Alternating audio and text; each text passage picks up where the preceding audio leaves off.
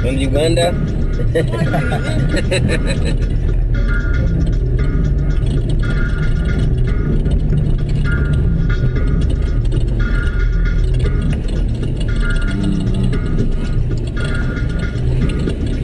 So it's my mistake this street now. My fault.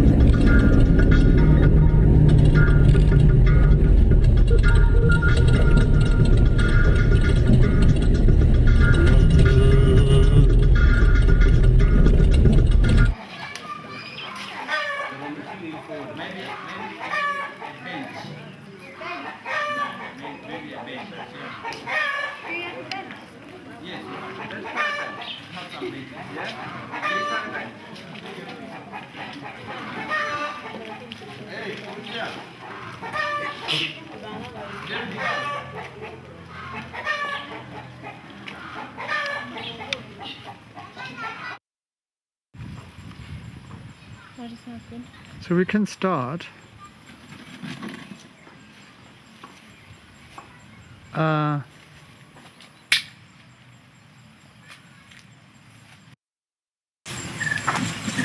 Alex Amma from Jewish community in Sapioso, Ghana. I came to Uganda purposely for studies. I'm here to study from Yeshiva. So after my studies, I would like to go back to Ghana to lead my community as a community leader. Actually, you are now like 100 members, which you have like 10 families. But how Judaism started, it's a long process. Many years ago, when people living in our district used to worship on Shabbat.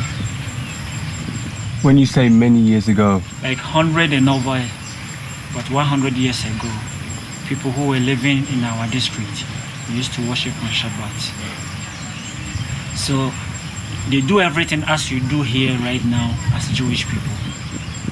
But they did not leave any history, written history, which shows that they came from this place, that they came and settled in our area. So they keep on keeping Shabbat. So you have a king who ruled the district, and he's the one who makes sure that people living under his control are keeping the Shabbat. What was the name of the king? The king was Nana Kojo Aduhne. He was the king at that time, so he keep on making sure that people continue worshiping on Shabbat. Then he died. So after he died, another king came and take over. So the second king, when he came, at that time, the missionaries, the Romans, they also came to our district. And before you can settle or do anything in our district, you have to seek permission from the kings. So they went to the king and they told him they have come with their religion. That is Christianity religion. They want to establish in our district. So if he will give them a priest so that they can settle, they can build their houses and they live over there. So he gave them a priest to settle.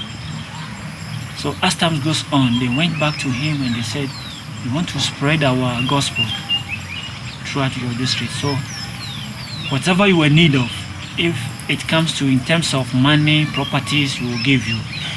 So the man gave them the opportunity to go ahead and spread their gospel.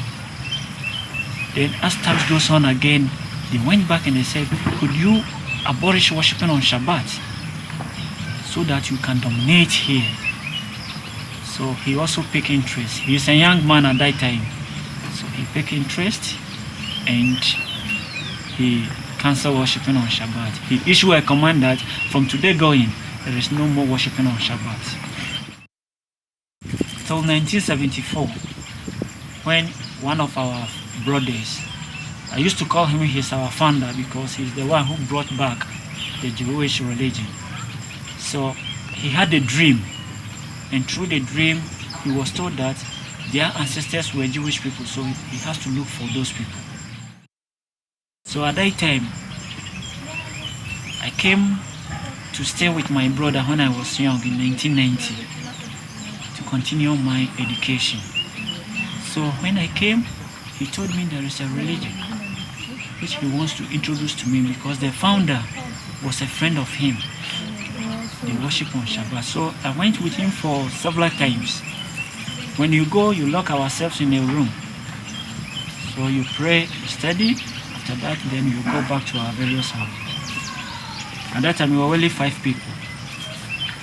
Unfortunately for us, the government who came at that time issued a freedom of worship in Ghana.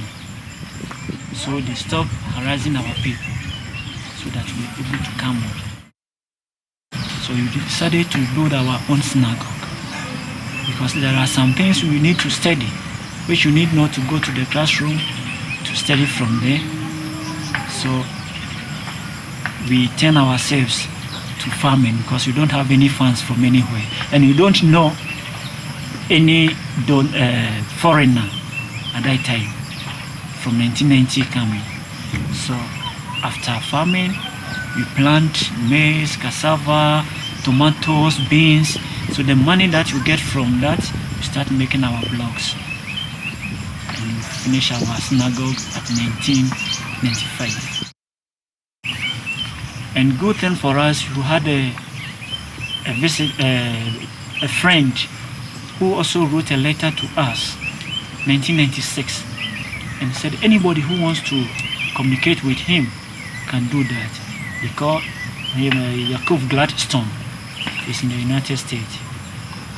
So I start communicating with him. And that time, if you write a letter, it can take like 6 months before it comes back. It wasn't like this time. So I keep on. Till the time he asked me, what can he do for me? And I said, through what I have learned from Judaism and from the Torah, study is a commandment, and you should study. You teach your children, your wife, so that they can also teach their grandchildren, or like it's a generation. And if I look in my community, I'm the younger one who can further my education so that I can come back and teach them. So if you can help me in studies, I will appreciate it. And say, okay, I'll pay your school fees, everything, so that you go to school in Ghana. I said, I don't want Ghana school. I want a Judaism or Hebrew school.